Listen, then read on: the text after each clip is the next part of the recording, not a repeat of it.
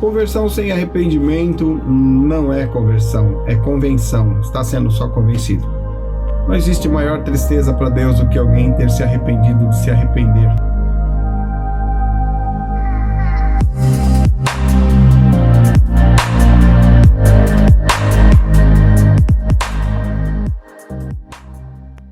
Lições bíblicas do quarto trimestre de 2021, aula de número 3, a conversão de Saulo de Tarso. No vídeo anterior, nós terminamos falando do perseguidor, aquele que consentiu na morte de Estevão, de muitos outros, claro. E esse perseguidor enfurecido, esse perseguidor implacável dos cristãos, agora ele recebe autorização e cartas dos superiores para poder perseguir, então, o povo de Deus. E ao se dirigir para Damasco, a caminho de Damasco, nós vamos ver no livro de Atos dos Apóstolos, capítulo de número 9, versos 9, mas eu vou ler o 3 e o 4, que nos diz assim: e indo a caminho para Damasco, indo a caminho, aconteceu que, chegando perto de Damasco, subitamente o cercou um resplendor de luz do céu, e caindo em terra, ouviu uma grande voz que lhe dizia: Saulo, Saulo, por que me persegue? Saulo, então, agora, ele fica cego e sem poder ver quem é que lhe falava. Ele vai, então, fazer a pergunta: Senhor, quem és? Neste momento, Jesus responde: eu sou Jesus, a quem tu persegue. E isso é uma dura coisa para você recalcitrar contra os aguilhões.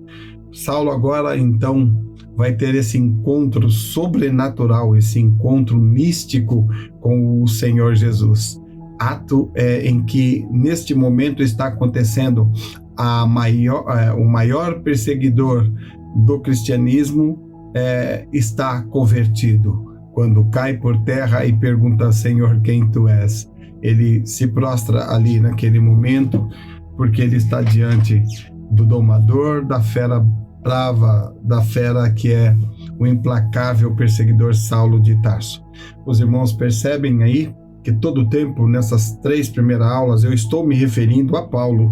Nós estamos estudando Paulo, mas estou me referindo a Paulo como Saulo, porque neste momento em que ele se converte ao Senhor, o que é converter ao Senhor? Converter é mudar de rota, converter é mudar o caminho, converter é mudar a mente, metanoia, mudar a maneira de pensar, mudar o agir, mudar nas ações, mudar no intelecto, mudar, então, é uma mudança no intelecto, no psicológico e também no social. Vai mudar a sua vida. E conversão é isso. Só que conversão, ela é só um processo, ela só é uma fração do processo da salvação. Na conversão, então, começa a pequena fração, começa aí esse processo da salvação. Então, o que vem a ser conversão? Porque arrepender do grego é mudança de mente, é metanoia. Isso é conversão. Então, a verdadeira conversão em Cristo, ele consequentemente vai levar a pessoa ao arrependimento, arrepender-se de fazer o que estava fazendo. Isso é conversão. Arrepender-se do que estava fazendo. Conversão sem arrependimento não é conversão, é convenção, está sendo só convencido. Paulo aqui não, Paulo ele se converteu, porque agora de perseguidor ele passa a ser perseguido, o maior de todos os perseguidores agora do cristianismo está convertido. Então, a conversão, ela não é um ato humano. A conversão, ela não é um ato puramente do homem. É uma ação de Deus ao homem. E isto é graça. É pela graça. E é de graça que nós recebemos, então, tão grande salvação. Então, é a graça de Deus manifestada a todos os homens. Isto é a salvação. Então, a conversão, ela é uma fração do processo da salvação. Então, o que vem a ser conversão? Conversão, ela é a mudança de mente, mudança de atitude, mudança... E nós vamos ver aqui que o texto de Romanos 3:23 vai dizer que a graça, ela é um favor de Deus dado ao homem, né? Mas em que momento é graça de Deus outorgada ao homem? No ato da conversão, no momento da mudança de mente, da mudança de caminho, mudança de pensar. Então, é o desejo de mudar a vida. Então, em suma, Efésios capítulo 4, ele vai nos deixar bem claro, no versículo 22, Efésios 4, 22, vai dizer assim: a conversão, nesse texto, você lê que é o despojar do velho homem. Ali, então, a conversão, ela vai nos fazer despojar do velho homem. Já no versículo 23 e versículo 22 do capítulo 4 de Efésios, vai nos dizer que a conversão não é só despojar do velho homem, é também se revestir do novo homem. Como lá em Coríntios vai nos dizer que as coisas velhas se passaram e tudo se fez novo. Então agora a conversão é o revestimento do novo homem.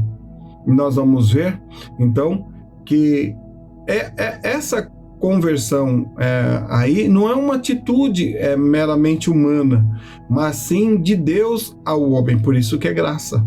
Graça dada ao homem, outorgada ao homem. E João 16, versículos 7 e 8 vai nos dizer assim, que quem atua para o homem se arrepender e para o homem se converter é o Espírito Santo, que é ele quem convence o homem do pecado, da justiça e do juízo. É o Espírito Santo quem convence. É Deus agindo na nossa salvação. E nós vamos ver que quando a pessoa se converte, ele sente tristeza pelos atos que ele fez. Então agora ele vai buscar seguir a Deus, né? Ele vai manifestar a alegria de servir a Deus, a alegria de poder falar com Deus. É lógico que nós vamos ver nas aulas posteriores que Paulo vai ser rejeitado, as pessoas não vão entender a salvação dele, assim como não entende nos nossos dias a salvação daquele que veio do mundo, daquele que veio de uma situação calamitosa, de uma pessoa implacável da sociedade, de um perseguidor, de uma pessoa ruim, de índole mal. Ou seja, as pessoas lá fora não vão entender isso, mas com o tempo, esse fruto que esse arrependido, esse convertido vai trazer, vai fazer com que as pessoas enxerguem nele, né? Que é a graça de Deus. Só a graça de Deus pode fazer isso. E quando a gente olha a lição da escola dominical, ela vai nos trazer alguns pontos, né? Que é o ponto da conversão de Saulo de Tarso, que indiscutivelmente o maior dos perseguidores está sendo convertido. Nós vamos ver que a conversão de Saulo é um ato da graça de Deus. A minha conversão é um ato da graça de Deus. A sua conversão é um ato da graça de Deus. Por isso nós temos que ter o prazer de poder glorificar e adorar a Deus e poder exaltar ao Senhor. Então, é graça. E graça dada de graça, maravilhosa graça. Então, graça maravilhosa do Senhor. E esse pequeno processo, essa pequena fração do processo da salvação começa então aí no momento da conversão, que é o arrependimento. A pessoa vai se arrepender de ter sido o que ele era. Eu uso dizer, sabe, em minhas palavras, muitas das vezes, que coisa terrível é quando alguém se afasta dos caminhos do Senhor, sai da presença do Senhor, porque eu uso dizer dentro de numa linguagem na teologia antropomórfica que a gente fala em teologia, que é exatamente a pessoa se arrepender de ter se arrependido para Deus. Não existe maior tristeza para Deus do que alguém ter se arrependido de se arrepender para Deus. E eu morei um certo tempo na cidade de Ourinhos, e um fato que me marcou muito durante o tempo que eu morei nesta rua, eu ficava às vezes sentado no portão, e todos os dias, principalmente de final de semana, descia aquele senhor. Eu morava no começo de uma ladeira, ele descia ali, e quando ele subia um passo para frente, dois para trás, e cruzando as pernas. E a meninada num campinho que tinha à frente, jogando bola, dizia: olha lá o velho João, ixi, olha o velho João caindo. E muitas das vezes tinha que ser carregado aquele senhorzinho alto, aquele senhor magro. E um certo dia, né, volta e meia, a gente falava para ele de Jesus, para a família dele, que ele morava algumas casas acima da minha, na rua acima. Então era um bom homem, um excelente homem, mas a situação dele era essa. E um dia, assim, quando a gente está lá no portão, está descendo, né, a ladeira, o João, o velho João, de terno, de gravata, uma Bíblia embaixo do braço. E essa cena não sai da minha cabeça. Aquelas crianças olham para ele e disse: e olha lá o velho João. Ele deu uma parada, parou naquele momento, olhou para os meninos e com um sorriso e alegria no semblante dele, ele dizia: velho João não, agora aqui é o novo João. Que maravilha, né? Eu não esqueço essa cena, é muito maravilhosa lembrar dessa cena, da resposta dele para os meninos. E lá, então, nós vimos a conversão. Então, qual era a situação aqui, voltando aqui para a lição de Saulo, qual era a situação? Nesse momento, Saulo, ele fica cego durante 3 dias, nesses 3 dias com experiência com Deus, sem enxergar mais essa vida, este mundo. Agora ele começa a ter uma experiência interior com Deus, porque a conversão ela vem de dentro para fora. E aí nós vamos ver então a mudança de dentro para fora de Saulo de Tarso. E algumas evidências da conversão de Saulo, né? Lógico que cada um vai manifestar as evidências, são várias, mas aqui de Saulo nós vamos citar 3 do capítulo 9 de Atos, que vai dizer que quando o Senhor aparece a Ananias e diz para ele orar por Saulo de Tarso, Ananias vai negar, porque como estávamos dizendo, o homem não entende a salvação de um perseguidor implacável como ele. E quando Ananias vai questionar a situação, Deus falou assim: ele é um vaso escolhido para mim. A primeira evidência é que quando você chegar lá, você vai encontrar ele orando. A primeira evidência de que ele está convertido agora, que ele agora está arrependido, ele vai estar orando, buscando a minha face de joelho no chão.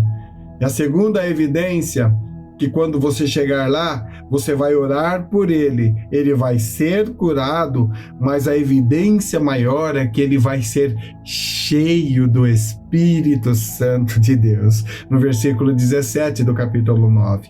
Nós vamos ver também que ele vai falar da terceira evidência na vida de Saulo, que ele vai ser batizado. E ele ali, o que quer dizer isso? Batizado. Agora, então, um homem orando, o homem cheio do Espírito Santo, o homem batizado está integrado na família de Deus, na igreja de Cristo. Eu falo igreja, na igreja mística, na igreja de todos, de todas as eras, de todos os tempos. Esta igreja que é a igreja do Senhor.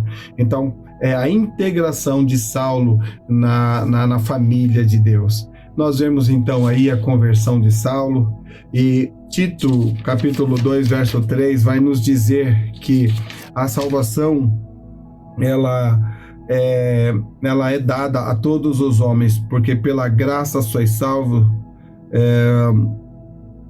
Efésios 2:8 vai dizer assim, que pela graça sois salvos por meio da fé.